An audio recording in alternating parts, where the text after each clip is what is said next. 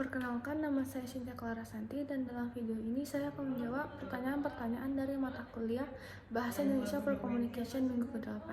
Soal pertama yaitu, mengapa organisasi internasional yang bernaung di bawah Perserikatan Bangsa-Bangsa dan menentang penggunaan istilah asing harus ditulis di bawah bahasa setempat?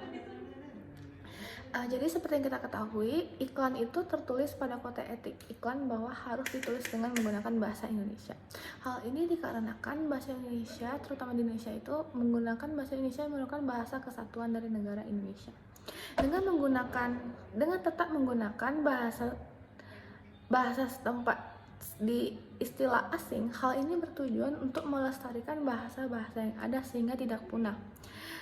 Sebagai contoh, jika suatu iklan menggunakan istilah asing dan kita tidak menyesuaikan dengan bahasa setempat, semakin lama bahasa asing itu akan masuk ke dalam daerah setempat dan menghilangkan bahasa asli dari daerah tersebut.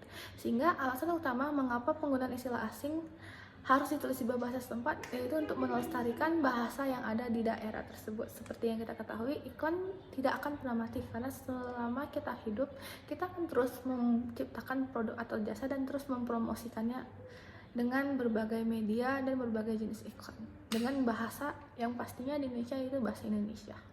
Soal kedua, apa perbedaan signifikan antara komunikasi interpersonal dan komunikasi intrapersonal? Komunikasi interpersonal sendiri adalah komunikasi yang melibatkan dua individu atau lebih dalam proses komunikasinya.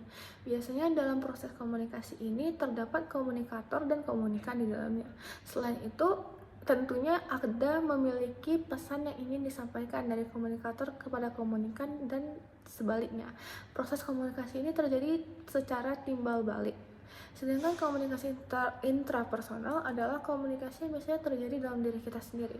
Komunikasi ini berjalan secara satu arah, di mana biasanya komunikasi intrapersonal ini terjadi saat kita ingin memutuskan sesuatu yang berhubungan dengan diri kita sendiri. Haruskah saya melakukan ini atau haruskah saya melakukan itu? Perbedaan signifikan dari kedua jenis komunikasi ini terletak pada proses komunikasinya. Secara ringkas, komunikasi interpersonal melibatkan dua orang di dalamnya atau lebih, terjadi secara dua arah dan terjadi timbal balik. Sedangkan komunikasi intrapersonal hanya satu orang saja yang diperlukan atau satu individu karena kita berbicara pada diri kita sendiri dan terjadi secara satu arah. Soal ketiga, apa peran komunikasi interpersonal dan komunikasi intrapersonal dalam membangun keterampilan komunikasi massa atau komunikasi publik? Dalam suatu perusahaan, komunikasi massa dan komunikasi publik akan sangat kita gunakan dikarenakan perusahaan membuat suatu produk atau jasa dengan tujuan untuk memasarkannya kepada publik, sehingga untuk mencapai pasaran tersebut, untuk menjalin hubungan tersebut dibutuhkan bantuan komunikasi interpersonal dan komunikasi intrapersonal. Melalui komunikasi ini, kita secara tidak langsung, kita sebagai karyawan dan perusahaan itu sendiri membangun keterampilan dalam menciptakan komunikasi yang baik, menjalin hubungan yang baik dengan publik dan khalayak ramai. Hal ini bertujuan untuk membangun citra dan reputasi suatu perusahaan, membangun kepercayaan perusahaan kepada publik itu sendiri atau target pasar konsumen perusahaan, dan bertujuan untuk menganalisis perkembangan yang ada di perusahaan, mengambil suatu keputusan untuk kebaikan perusahaan ke depannya. Sehingga peran komunikasi interpersonal dan komunikasi interpersonal sangat membantu dalam membangun komunikasi dengan publik bagi suatu perusahaan. Soal keempat, apakah dalam komunikasi massa harus selalu menggunakan metode face to face atau berkomunikasi secara langsung? Komunikasi massa tidak harus dilakukan secara face to face atau berkomunikasi secara langsung, dikarenakan komunikasi massa itu sendiri memiliki arti sebagai komunikasi yang terjadi dengan dua orang atau lebih, atau komunikasi dengan khalayak ramai atau publik. Bagi suatu perusahaan, komunikasi ini dapat terjadi melalui media sosial atau media promosi-promosi lainnya. Media sosial ini berguna untuk membangun komunikasi, membangun hubungan antara perusahaan dengan konsumen dengan jangka konsumen yang lebih luas lagi atau bahkan bisa di seluruh dunia. Sehingga dalam berkomunikasi secara massa tidak terbatas dengan face to face saja. Namun komunikasi massa secara face to face dapat dilakukan oleh perusahaan dengan mengadakan suatu event, suatu festival atau suatu acara besar-besaran. Sehingga komunikasi massa bagi suatu perusahaan dapat terjadi secara dua arah, yaitu face to face dan melalui media sosial. Kedua komunikasi ini memiliki tujuan yang sama, yaitu untuk membangun hubungan yang baik dengan para konsumennya. Soal kelima, apakah komunikasi massa selalu terjadi dalam ranah komersial?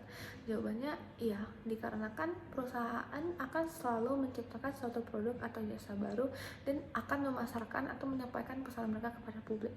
Untuk menyampaikan pesan dan menyampaikan produk atau jasa ini dibutuhkannya bantuan dari komunikasi publik agar publik atau masyarakat tahu apa yang ingin atau apa yang akan dikatakan oleh suatu perusahaan.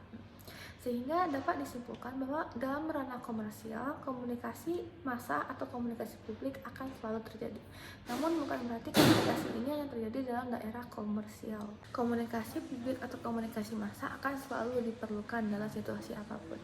Namun dalam ranah komersial, komunikasi publik dan komunikasi massa akan selalu dibutuhkan.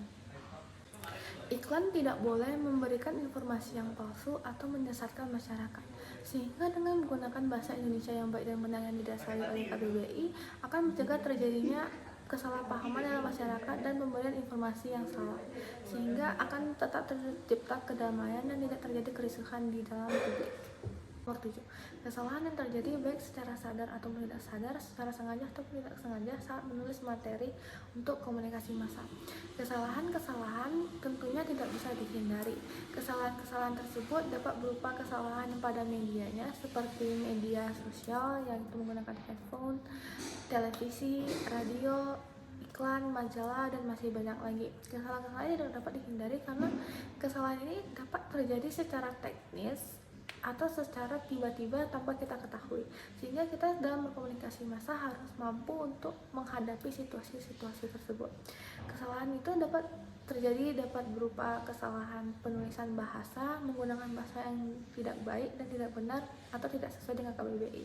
Kesalahan ini dapat berakibat pada publik yang salah paham atau mendapatkan informasi yang salah dan menyebarkan informasi yang salah sehingga terjadi kesesatan dalam publik. Kesalahan tersebut sering terjadi dalam komunikasi massa karena dalam membangun hubungan dengan publik dibutuhkannya bantuan media sosial atau media penyampaian dan dibutuhkannya penggunaan kalimat yang baik dan benar atau teks agar publik dapat memahami apa pesan yang ingin kita sampaikan atau mempercayai pesan yang kita sampaikan.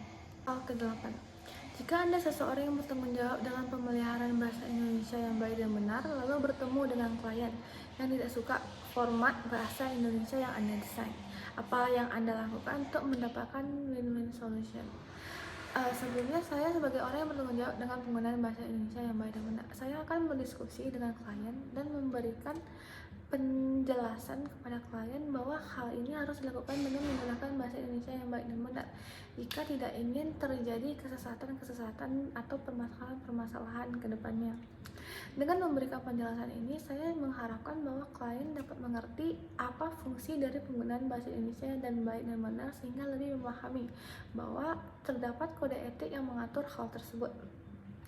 Di luar dari kode etik, menggunakan bahasa Indonesia yang baik dan benar akan membantu target pasar klien lebih memahami apa yang ingin klien sampaikan sehingga tidak terjadi miskomunikasi dan permasalahan lainnya. Saya akan melakukan diskusi dengan klien dan menjelaskan lebih rinci lagi terkait dengan penggunaan bahasa Indonesia dan yang baik dan benar.